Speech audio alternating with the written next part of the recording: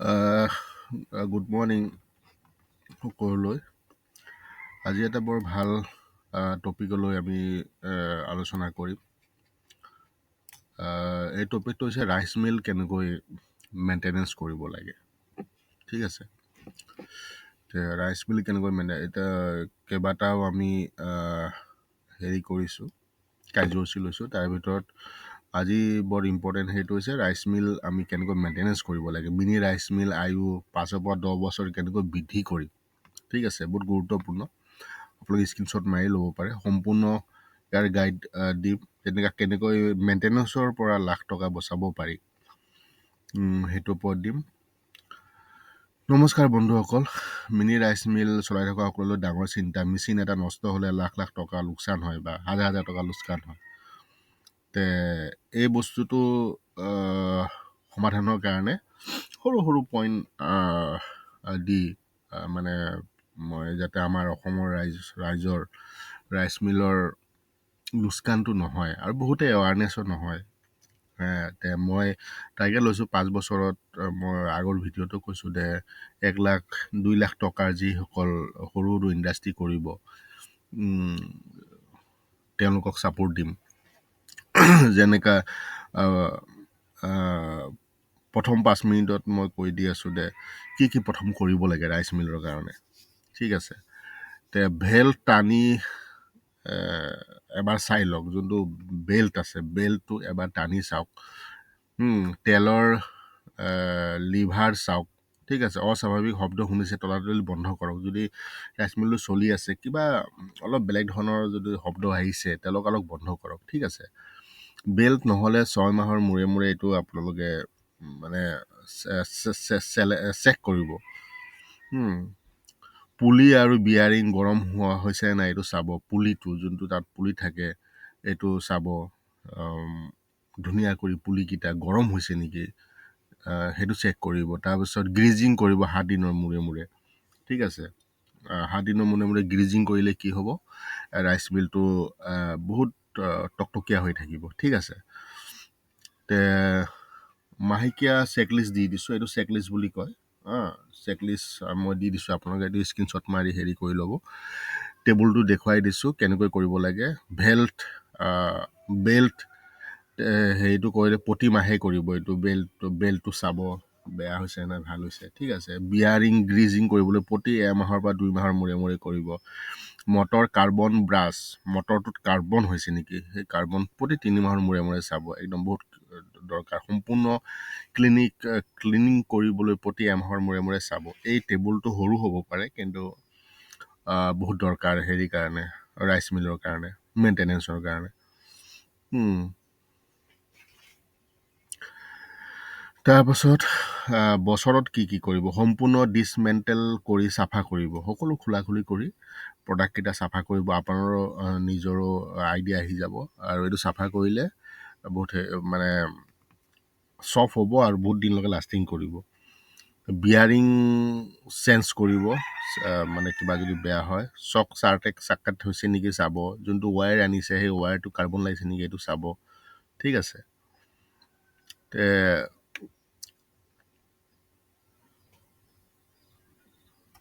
সেইখিনি বস্তু আপোনালোকে সদায় মেইনটেনেঞ্চ কৰিব। প্ৰথমে আহোঁ দৈনিক কামবোৰলৈ। প্ৰতিদিনে মাত্ৰ 5 মিনিটকৈ দিয়ক, সময় দিয়ক তাতে। ঠিক আছে, বেলটো টান হৈছে নেকি চাওক। আঙুলিৰে টিপক। 1 চেণ্টিমিটাৰতকৈ যদি বেছি ঢিলা হ'ব নালাগে। ঠিক আছে, তেলৰ লেভেল চাওক। তেলৰ লেভেলটো কেনেকুৱা আছে।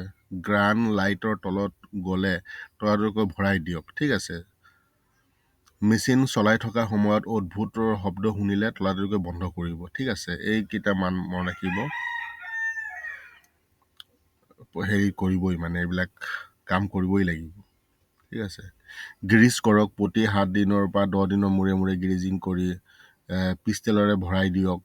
পুলি আৰু বিয়াৰিং গৰম হৈছে নেকি হাতেৰে চাওক। গৰম হ'লে তেল বা গ্ৰীজ কম হৈছে নেকি সেইটো চাওক। ঠিক আছে, এই টেবুলকেইটা স্ক্ৰীনশ্বট মাৰি লওক। ঠিক আছে, বিয়াৰিং গ্ৰীজ ভৰোৱাটো এইটো মই আগতেও কৈছোঁ, আকৌ এবাৰ কৈ দিছোঁ। ইলেক্ট্ৰিক কানেকশ্যনটো টান হৈছে নে ঢিলা হৈছে এইটো 3 মাহৰ মূৰে মূৰে চাব। সম্পূৰ্ণ ধূলি চাফা কৰক। মটৰ কাৰ্বন ব্ৰাছ এইটো চেক কৰক, চাব। ঠিক আছে। বছৰিকা এবাৰ মিস্ত্ৰীক মাতিব, যেনে সম্পূৰ্ণ মেচিন খুলি চুইচ ধুই চাফা কৰিব। সকলো বিয়াৰিং চেক কৰিব 2-3 মাহৰ মূৰে মূৰে। শ্বৰ্টছ লাইনছমেণ্ট চেক কৰিব। মটৰৰ ভিতৰত চাফা কৰিব। ঠিক আছে। এইবোৰ কৰিলে আপোনাৰ মেচিন 15 বছৰ নগ'লেও 10 বছৰ ধৰিছোঁ আৰু 10 বছৰ যাব আৰু। প্ৰতিদিনে মেচিন বন্ধ কৰাৰ আগত 2 মিনিট খালীকৈ চলাই দিব, যাতে ধূলি বালি এইবিলাক যি লেতেৰা থাকে ভিতৰত ওলাই যাব। ঠিক আছে। গৰম দিনত ফেন লগোৱা ব্যৱস্থা কৰিব, যাতে মেচিনটো ঠাণ্ডা হৈ থাকে সৰু মৰু কৰি। আৰু এখন ডায়েৰী ৰাখিব, ডায়েৰীত এইখিনি টপিক লিখি থাকিব, সদায় কি কি প্ৰব্লেম পাইছে। ঠিক আছে।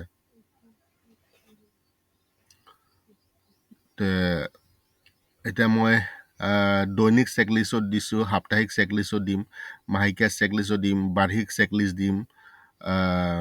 কেনেকৈ তৈয়াৰ কৰিব লাগে সেইখিনি যদি লাগে আপোনালোকে মোক কমেণ্ট কৰিব, ফোন নম্বৰ দিব, জেগা হেৰি দিব। মই ইয়াত ধুনীয়া কৰি আপোনালোকক চেকলিষ্ট বনাই আপোনাৰ নামত, আপোনাৰ ইণ্ডাষ্ট্ৰীৰ নামত মই হোৱাটছএপত পঠাই দিম। কোনো অসুবিধা নাই। সেইখিনি মই কৰিম, কিয় মই মিছনে লৈছোঁ মানে যাতে ৰাইচ মিলকেইটা যিসকলে মোৰ পৰা ল'ব তেওঁলোকক সহায় কৰিব। এইখিনি এৰিয়া মই ছবিৰে দেখাই দিছোঁ। এইবিলাক এনেকুৱা ধৰণে চেক কৰিব। এই বস্তুটো চেক কৰিব। এই আঙুলিৰে মই ধুনীয়া কৰি ইমেজেৰে দেখাই দিব বিচাৰি আছোঁ। অলপ চাই লওক। এই ধৰণত হেৰি কৰিব, এই কি কয় গ্ৰেজিং কৰিব মিহি মিহি কৰি। তাৰপিছত এই চেকলিষ্ট এনেকুৱা মেইনটেনেঞ্চ কেনেকৈ কৰিব লাগিব, এনেকুৱা চেকলিষ্ট মই আপোনালোকক দি দিম। এইটো আছাম ৰাইচ মিল মেইনটেনেঞ্চৰ কাৰণে চেকলিষ্ট কেনেকৈ হয়, daily checklist, weekly checklist, monthly checklist, annually checklist, log book, daily checklist, weekly checklist অসমীয়াটো ইংলিছতো ধুনীয়া কৰি বনাই দিম। আৰু সেইকাৰণে অসমত যিসকলে আমাৰ চেনেলত এবাৰ আহিছে বা মোৰ লগত যিসকলে এবাৰ কথা পাতিছে, তেওঁলোকে ইমান ইচ্ছুক হৈছে, বেলেগৰ পৰা ৰাইচ মিল ল'বই নিবিচাৰে, বা ৰাইচ মিল বুলি নহয়, যিকোনো ইণ্ডাষ্ট্ৰী বা এগ্ৰিকালচাৰৰ বস্তু 2 দিন দেৰি কৰি হ'লেও মোৰ পৰাই ল'ব বিচাৰিছে। ইয়াৰ কাৰণ হৈছে যে আমি ইমানখিনি ছাপোৰ্ট দিছোঁ। আজি এই ভিডিঅ'টো আপোনালোকক গোটেই চেকলিষ্টৰ সৈতে দিম, য'ত অসমত সেইকাৰণে মই কৈছোঁ কিনাৰ আগত 20টা পইণ্ট আমাৰ চাব, ছান এগ্ৰ' ইঞ্জিনিয়াৰ আছামৰ 20টা পইণ্ট চাব, আমি কি কি কৰিছোঁ। আৰু বেলেগৰটো বেয়া ভাল নকওঁ, বেলেগৰ পৰা শিকিবলগীয়া। সেইকাৰণে বেলেগৰো 20টা পইণ্ট চাব। ভাল বেয়া কিয় বস্তু এটা কিনাৰ আগত ভালমতে চেক কৰি ল'ব, যাতে আপোনালোকৰ লছ নহয়। আৰু আমাৰ অসমত আমি 2 লাখ টকাৰ যিবিলাক ইণ্ডাষ্ট্ৰী আছে, 1 লাখ ইণ্ডাষ্ট্ৰী কৰিম 5 বছৰ, সেইটো টাৰ্গেট লৈছোঁ। আৰু তাৰপাছত আমি কৰিম সেই 1 লাখৰ ভিতৰত যিসকলে এক্টিভ ইণ্ডাষ্ট্ৰী হ'ব, তেওঁলোকক আমি বিদেশত কেনেকৈ চাউল বস্তু যায়, এক্সপৰ্ট ইম্পৰ্টৰ ট্ৰেইনিং আমি দিম, যাতে আমাৰ এটা ভাল এটা পৰিৱেশ হয়। আৰু সেইটো এক্সপৰ্ট ইম্পৰ্টৰ যোনটো ট্ৰেইনিং পাব, সেই ট্ৰেইনিং পোৱাৰ লগে লগে আমাৰ সকলোৱে ৰাইচ মিল লৈ এটা সংগঠন বনাই ল'ব, বনাই পিনি তেওঁলোকে এক্সপৰ্ট ইম্পৰ্ট কৰিব পাৰিব, য'ত 3 গুণ পইচা বেছি পাব। যেনেকৈ লণ্ডন আমেৰিকা আজি যদি পঠায়, বা ইউকেত পঠায়, অষ্ট্ৰেলিয়াত পঠায়, সেই চাউলখিনি আমাৰ সৰু সৰু কৃষকৰো বেনিফিট হ'ব, অসমৰো বেনিফিট হ'ব। আমি এইটো পৰ্যায়লৈ যাবলৈ চেষ্টা কৰি আছোঁ।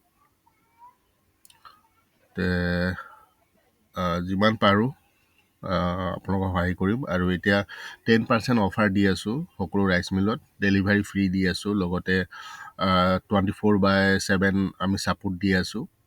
আৰু উদ্যমী ৰেজিষ্ট্ৰেশ্যনটো বনাই আছোঁ, ফ্ৰী অফ কষ্ট বনাই দি আছোঁ। আৰু বাকী যিখিনি হেৰি আছে আমাৰ অন্য চেনেলত গোটেইখিনি ভিডিঅ' আছে। আজি মেইনটেনেঞ্চৰ ওপৰত কৈছোঁ। আৰু যদি আপোনাৰ পূৰা গাইড লাগে, আপোনালোকে হোৱাটছএপত দিব, মোক কোনো পইচা নালাগে, মই চেকলিষ্টটো বনাই দিম আপোনালোকৰ ইণ্ডাষ্ট্ৰী ডেইলি কেনেকৈ কি কৰিব লাগে, সাপ্তাহিক কি কৰিব লাগে, মাহত কি কৰিব লাগে, দৈনিক চেকলিষ্টো বনাই দিম, সাপ্তাহিক চেকলিষ্ট বনাই দিম, মাহেকীয়া চেকলিষ্ট, বাৰ্ষিক চেকলিষ্ট, এইখিনি ধুনীয়াকৈ বনাই আপোনালোকক দি দিম। এইদৰে যাতে মেচিনটো বেয়া নহয় মানে বহুত দিনলৈকে লাষ্টিং কৰে ঠিক আছে কিবা হ'লে কমেণ্টত দিব আৰু মই 100% আপোনালোকক এইটোত সহায় কৰিবলৈ ইচ্ছুক ঠিক আছে আজিৰ ভিডিঅ'টো ইমানতে আৰু যি ধৰণৰ ভিডিঅ' লাগে আপোনালোকে হেৰি কৰিব আৰু যিকোনো ইণ্ডাষ্ট্ৰি কাৰণে মই হেল্প কৰিব ৰাজি আছোঁ আৰু এগ্ৰিকালচাৰৰ বস্তু সকলো আপোনালোকে ছান এগ্ৰ' ইঞ্জিনিয়াৰ আছামৰ পৰা ল'ব পাৰিব